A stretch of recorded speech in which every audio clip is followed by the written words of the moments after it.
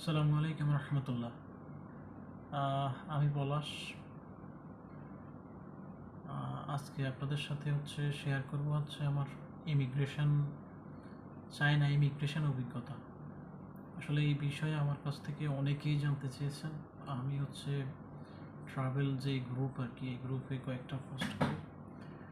তো পোস্টের মাধ্যমে অনেকেই আমার কাছে পার্সোনালি এবং পোস্টের কমেন্টে যে আসলে কী ধরনের সমস্যা হয়েছিল আপনার সাথে, তো ওই বিষয়টা নিয়ে একটু আলোচনা করার জন্য একটা ভিডিও বানানো আর কি। বিষয়টা প্রথমত আমি একা ট্রাভেল করতে এসেছি এখানে চায়নাতে। মেবি সমস্যাটা ওখানেই, গ্রুপে আসলে হয়তো সমস্যাটা আরও কম হতো বা হতোই না। আর সমস্যা আসলে আমার সাথে হয়েছে, আপনার সাথে নাও হতে পারে, আবার আপনার সাথে হতেও পারে।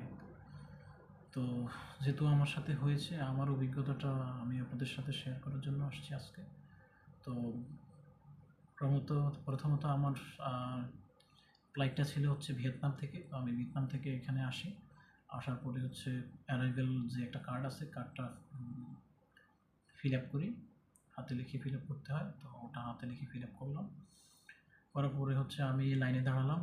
তিনজন অফিসার সবাইকে চেক করছে, সবাই পাসপোর্টগুলো চেক করছে। তো আমারও চেক করলো। আমার চেক করে ওরা দেখে আমার ভিসাগুলা, আমার যেহেতু এর আগের 9টা দেশে ঘোরা আছে, ওই স্টিকারগুলো দেখে ওরা আমাকে কিছুই বলেনি, ছেড়ে দিল। আমি চলে গেলাম ইমিগ্রেশন যে অফিসার আর কি, যে স্টাম্প দেয় আর কি, ওর কাছে। তো ওখানে যাওয়ার পরে উনি আমার ভিসা দেখলো। ভিসা দেখে কিছুক্ষণ ভাবলো, ভাবার পরে আরেকজন অফিসারকে ডাক দিল। ডাক দিয়ে ওনার হাতে আমার কাগজপত্র, পাসপোর্ট উঠাই দিল। উনি আমাকে নিয়ে চলে গেল অফিসারদের যে ওখানে জিজ্ঞাসাবাদের জন্য যে রুম থাকে, ওই রুমে নিয়ে গেল। তো আমার আগে আরও 6জন ছিল একটা গ্রুপে। ওরা পাকিস্তানের আর কি। তো ওদেরকেও নিয়ে গেছে, ওদেরকে আমার আগে নিয়ে গেছে। ওরা ওখানে বসেই আছে, আমি ওখানে গেলাম।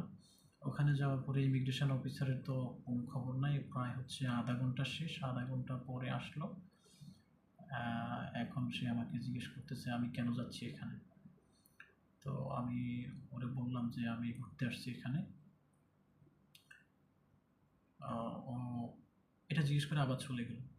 তো ও আসলে আমার এত সময় লাগার কথা না, ও যদি আমাকে সবগুলো প্রশ্ন একসাথে করতো আর কি।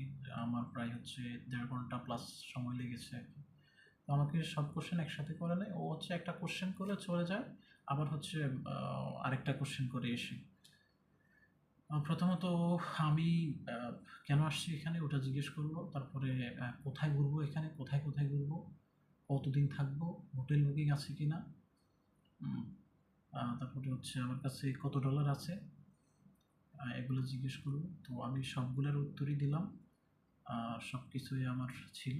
এরপরে আমার জিজ্ঞেস করছে যে আমি কি করি। তখন আমি যেহেতু আমার কাগজপত্র আমি একজন ব্যবসায়ী। তো আমি আমি বললাম যে আমি ব্যবসা করি। বললো যে কিসের ব্যবসা করো তুমি। আমি বললাম যে আমি ইলেকট্রনিক্স আইটেমের ব্যবসা করি। তো যেহেতু আমার ইলেকট্রনিক্স একটা ট্রেড লাইসেন্স আছে, ওটার থ্রুতে আমার আসা। তো আমি ওটা বললাম।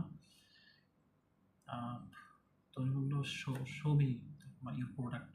তোমার আমার আমার ফোন থেকে আমার একটা প্রমাণ দেখাইতাম যে আমার ব্যবসা আছে এবং আমি কি প্রোডাক্টের ব্যবসা করি এমন। তো আমি আমি তো একটু টেনশনে পড়ে গেছি। আমার তেমন কোনো ইলেকট্রনিক্স প্রোডাক্টসের ছবি নেই ফোনে।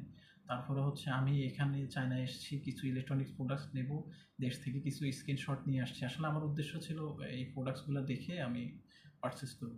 তো রীতিমতো আমি ওখানে গেছি, স্ক্রিনশটে গিয়ে আমার ওই প্রোডাক্টসগুলো আমি দেখাইছি।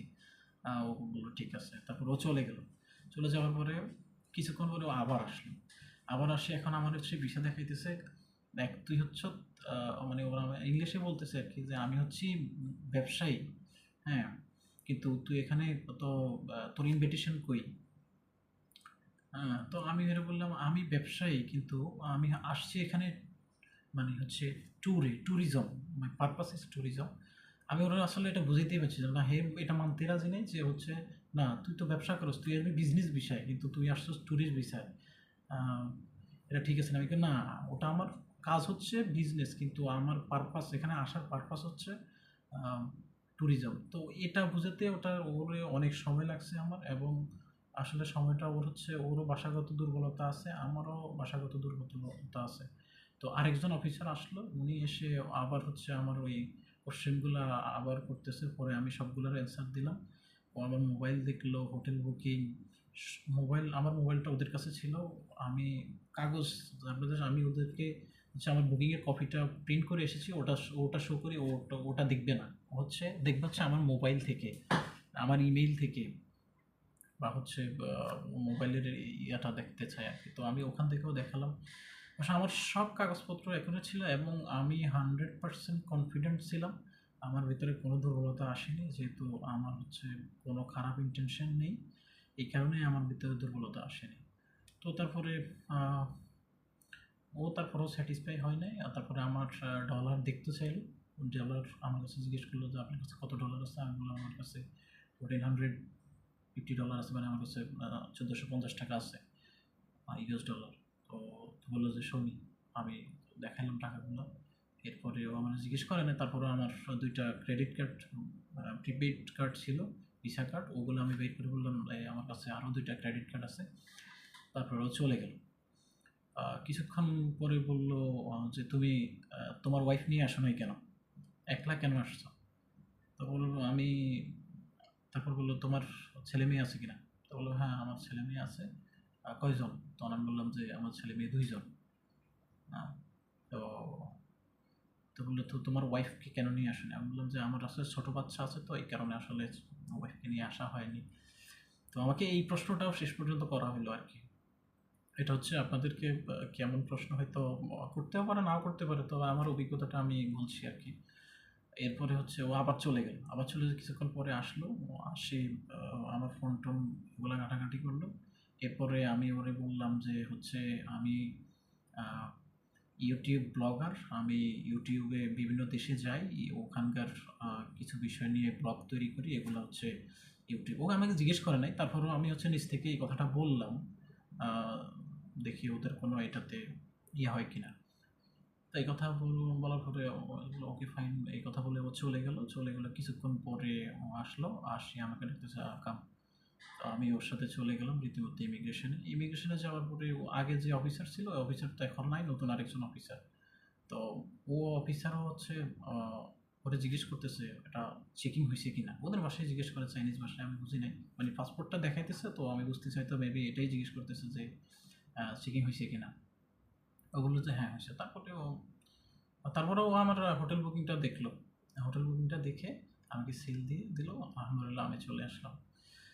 তো সব মিলে হচ্ছে আমার কনফিডেন্স ছিল, যে প্রশ্নই করে ওই প্রশ্নের অ্যান্সার দেবো, আর হচ্ছে অ্যান্সার আমার কাছে আছে, বা আমি কোনো ফেক ডকুমেন্ট নিয়ে এখানে আসিনি, আমার প্রপার ডকুমেন্ট ছিল। এই কারণে আলহামদুলিল্লাহ শেষ পর্যন্ত আমি চলে আসছি। অনেকের হচ্ছে প্রপার ডকুমেন্ট থাকার পরেও আসতে পারে না। আমার পোস্টের অনেকে কমেন্টে বিষয়টা বলেছে, এবং আমার পরিচিত কিছু ফ্রেন্ড আছে, ভাই আছে, ওনারাও আসতে পারেনি। তো এই আর কি। তো সব মিলাই আপনারা হচ্ছে এই ডকুমেন্টগুলো অবশ্যই রাখবেন। আপনি হচ্ছে যদি কাজ করেন, আপনি যদি জব করেন, জবের যে প্রমাণপত্র, ওই জবের প্রমাণপত্রগুলো রাখবেন সাথে। আর হচ্ছে যদি ব্যবসা করেন, ব্যবসার প্রমাণপত্র রাখবেন। আর হচ্ছে যেই প্রোডাক্ট নিয়ে ব্যবসা করেন, ওগুলার হচ্ছে আপনার মোবাইলে ওই বিষয়গুলো নিয়ে ছবি রাখতে পারেন। আহ, তো হয়তো আমাকে যেগুলো জিজ্ঞেস করছে, আপনাকে এগুলো জিজ্ঞেস করতে পারে, আবার নাও করতে পারে, তবে হচ্ছে আপনি পুরোটা প্রস্তুতি নিয়ে আসবেন আপনার কাছে, হচ্ছে এটা হচ্ছে আমার অনুরোধ। ভিডিওটা বানানোর উদ্দেশ্য হচ্ছে আমার থেকে আমি যেটা শিখেছি ইমিগ্রেশনে, এটা হচ্ছে আপনাদেরকে অবগত করা, যে পরবর্তীতে যেন আপনারা আসতে এই সমস্যাগুলোর জন্য আগাম প্রস্তুতি নিয়ে আসতে পারেন, মানে এই প্রশ্নগুলা নিয়ে স্টাডি করে আসতে পারেন আর কি। তো এই ছিল আমার ইমিগ্রেশন অভিজ্ঞতা। তো আপনারা সবাই ভালো থাকবেন। আর ভিডিওটার মাধ্যমে যদি কারো কোনো উপকার হয় সেটাই আমার সার্থকতা, তাই বলে আমার ভিডিও শেষ করলাম। আর চায়নার আসলে বিভিন্ন ইউটিউবার বা ব্লগার হচ্ছে বিভিন্নভাবে হচ্ছে ব্লগ বানায়। তো কমন যেই ইনফরমেশনগুলা, এই ইনফরমেশনগুলা হচ্ছে সবাই দেয়। আমি চেষ্টা করব কিছু আনকমন ইনফরমেশন আছে যেগুলো হচ্ছে আপনার প্রয়োজন হবেই। কমন ইনফরমেশনগুলোর পাশাপাশি কিছু আনকমন ইনফরমেশন দেব যেগুলো হচ্ছে আপনার প্রয়োজন হবে। ইনশাআল্লাহ আমার পূর্ণাঙ্গ একটা ব্লগ হবে। একটু সময় লাগবে হয়তো ব্লগের জন্য। তো সবাই অনুরোধ করব ব্লগটা দেখেন, অবশ্যই আপনার উপকার আসবে। আসসালামু আলাইকুম রহমতুল্লাহ।